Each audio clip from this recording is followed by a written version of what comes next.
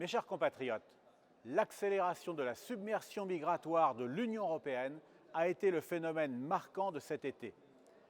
En voici quelques preuves.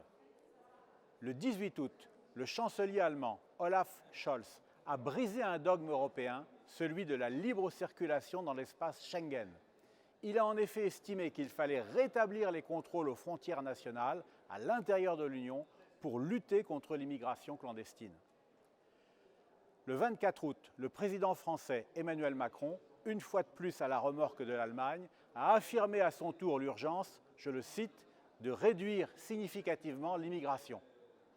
Il a toutefois ajouté qu'il n'y avait pas de submersion migratoire en France, ce qui a été aussitôt démenti par le président du département des Alpes-Maritimes qui a dénoncé le déferlement migratoire dont son département, voisin de l'Italie, est victime.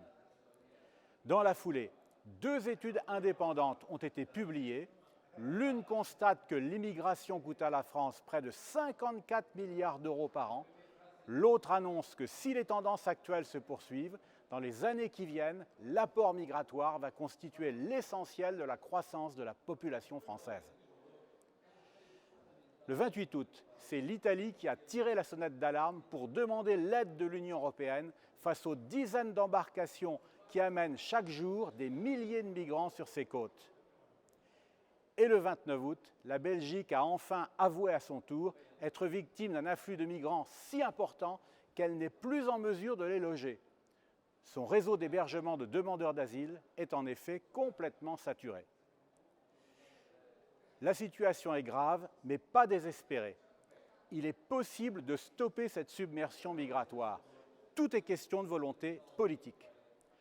En France, Jordan Bardella a été reçu le 30 août par le président Macron et a tenté de le convaincre d'organiser un référendum sur l'immigration, comme le proposait déjà Marine lors des présidentielles. Bien sûr, Macron ne le fera pas. Mais d'autres États membres de l'Union européenne nous montrent que l'action politique est possible.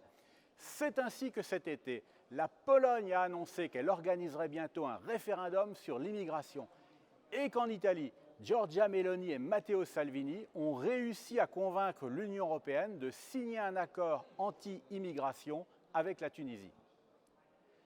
Ne désespérons pas.